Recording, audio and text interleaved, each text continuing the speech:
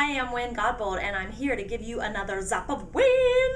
Yes, this is the small nugget that could have a big impact in your life. And today's nugget, of course, is especially for our teacher friends. I want to give to you 4 tips that can help you get out of that classroom and into summer in a way that actually makes returning to school in the fall a little bit easier for you. So here they are, small nugget. 4 tips. The first one being, get some plastic containers. You don't want to pack your things away in cardboard boxes. Why is this? Because roaches and rats and ants will come into the school buildings over the summertime, and they will feast upon and leave their droppings in those cardboard boxes that you use to pack your stuff. And when you're unpacking in the fall, there's nothing more disgusting and gross than to unpack out of cardboard that's been chewed on and lived in and pooped on by some rodents in your school. So buy some plastic containers, the ones with the lids on them, to keep your stuff fresh.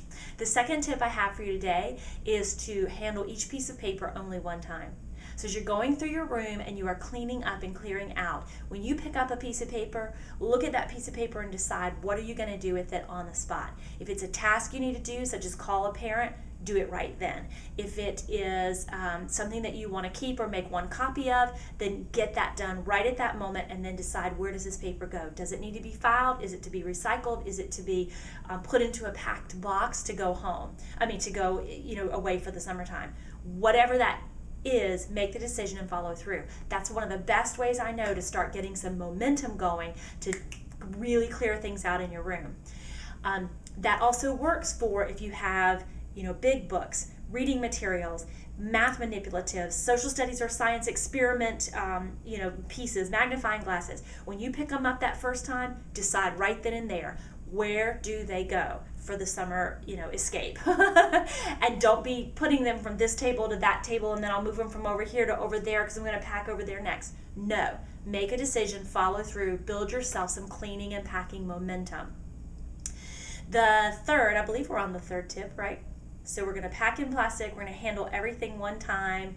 The third one that I want to tell you is this: to set a 10-minute timer for yourself. When you look at your whole room, it can become overwhelming to deal with. But if you will take a section of your room at a time, set a 10-minute timer, you will find momentum builds that way also. So from handling things only once, and then from segmenting your classroom and knowing, I got 10 minutes to get this place packed up. I'm telling you, once you put that timer on, you're going to get momentum like crazy and be able to get your stuff out, get yourself out of there very, very quickly. And then the last one that I have for you today, this is tip number 4, is this. Goes back to that paper thing. If you find stacks of papers that you did not use during the year, maybe you got too busy, maybe you double copied, who knows what the reason is. Rather than packing those stacks of papers into your plastic containers, which is going to make them heavy for you when you come back in the fall to move, paper is also, it's real delicious to those bugs and rodents, and you don't want to be inviting them in. Even if you're using plastic, some of those little boogers are sneaky, and they'll get in there to get into that paper. Don't give them more to feast on than's needed. Here's what you do. You have a stack of papers that you didn't get to use during the year. Give the papers out to your students. Have them collect them in piles, staple them together, and that's their summer work packet. Very easy for you, and it's stuff that they can do.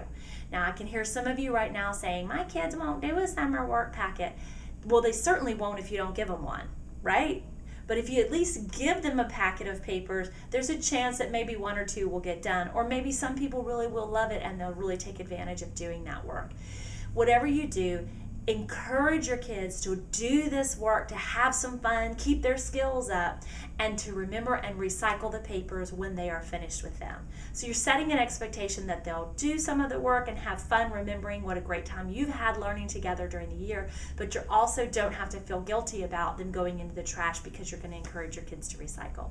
So there's 4 tips to help you get out for summer a little more efficiently and quickly, and then also to make life better when you come back in from the summer and back for the fall. It'll be easier when you're unpacking your room. So I hope those 4 tips will help you guys get out and then come back in with ease and with grace, because that's what it's all about, right?